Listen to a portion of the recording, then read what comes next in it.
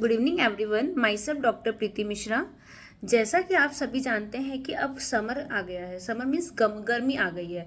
तो गर्मी में होने वाली एक बहुत ही कॉमन बीमारी है सन स्ट्रोक, हीट स्ट्रोक। इसी को हम हिंदी में बोलते हैं लू लगना। जब भी हमारी बॉडी का टेम्परेचर 104 डिग्री फ़ारेनहाइट या 40 डिग्री सेंटीग्रेड से ज़्यादा हो जाएगा तो ऐसे केसेस में क्या होता है, पेशेंट को हीट स्ट्रोक होने के चांसेस होते हैं। ठीक है, हीट स्ट्रोक के कारण क्या है आज हम ये जानते हैं कि एक्सट्रीमली हाई बॉडी टेम्परेचर होता है। क्यों? क्योंकि हम बहुत लंबे समय से हॉट इन्वायरमेंट में बैठे हुए हैं।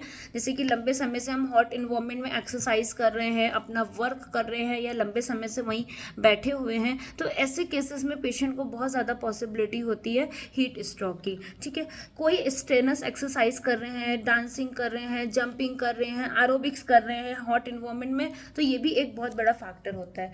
Third is alcohol. अल्कोहल के केस, जो पेशेंट अल्कोहलिज्म है, जो अल्कोहल ले रहे हैं, उनके केसेस में क्या होता है, हमारी बॉडी से वाटर का क्या होता है, लॉस होता है। और अगर बॉडी से वाटर का लॉस होगा तो ये भी एक बहुत बड़ा कारण होता है हीट स्ट्रोक का। स्वेटिंग, स्वेटिंग भी एक बहुत बड़ा कारण है हीट स्ट्रोक का। डिहाइड्रेटेड, हीट स्ट्रोक में सबसे ज़्यादा जो हमारे लिए ज़रूरी है, हमारी बॉडी का हाइड्रेट होना।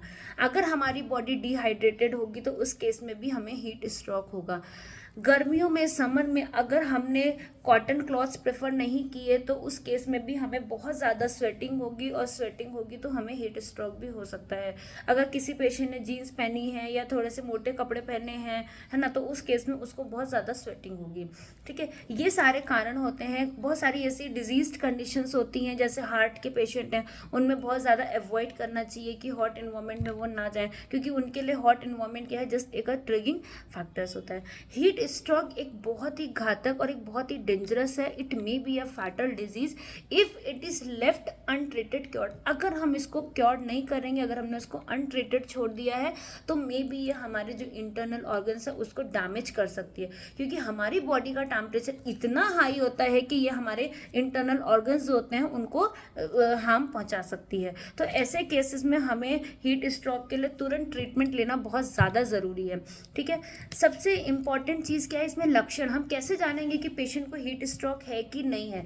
तो पेशेंट आपके पास कंप्लेंट लेकर आएगा, उसको बहुत ज़्यादा डिजीनेस, मेनली न्यूरोलॉजिकल सिम्टम्स आपको देखने को मिलते हैं ना। न्यूरोलॉजिकल की अगर हम बात करें, पेशेंट में बहुत ज़्यादा इरिटेबिलिटी होगी, कन्फ्यूज़न स्टेट होगा, डिजीनेस होगी। पेशेंट कंप्लेंट लेकर आएगा कि मुझे बहुत ज़्यादा चक्कर आ रहा है, टायर्डनेस होगी, थकान उसको महसूस होगी, फैटिगनेस होगी, बहुत ज़्यादा स्वेटिंग होगी, नोजिया, वॉमिटिंग की पेशेंट कंप्लेंट लेकर आएगा, फीवर की कंप्लेंट लेकर आएगा, है ना।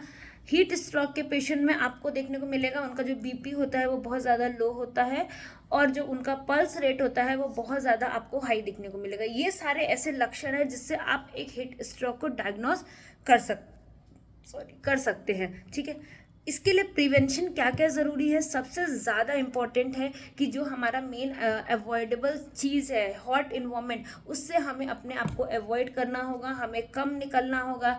सेकेंड वेरी इंपॉर्टेंट चीज़ है कि हमें अपनी बॉडी को ज़्यादा से ज़्यादा हाइड्रेट करना होगा।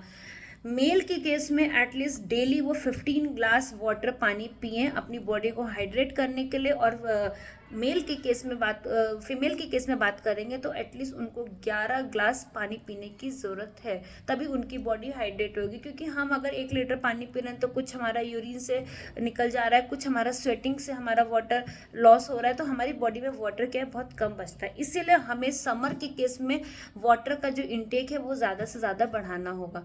And a very important information for you all कि अगर आपको हेल्थ रिलेटेड कोई भी एनी इश्यूज होते हैं, अगर आपको कोई कंसल्टेंट की ज़रूरत है या किसी भी चीज़ के बारे में अगर आपको जानकारी लेनी है या अगर आपको कोई ट्रीटमेंट लेना है, तो आप Narayana classical homeopathic clinic, Dahiyawa and Hatigaha, Phaphamau, Prayagraj में आके दिखा सकते हैं। डॉक्टर आर के मिश्रा, डॉक्टर प्रीति मिश्रा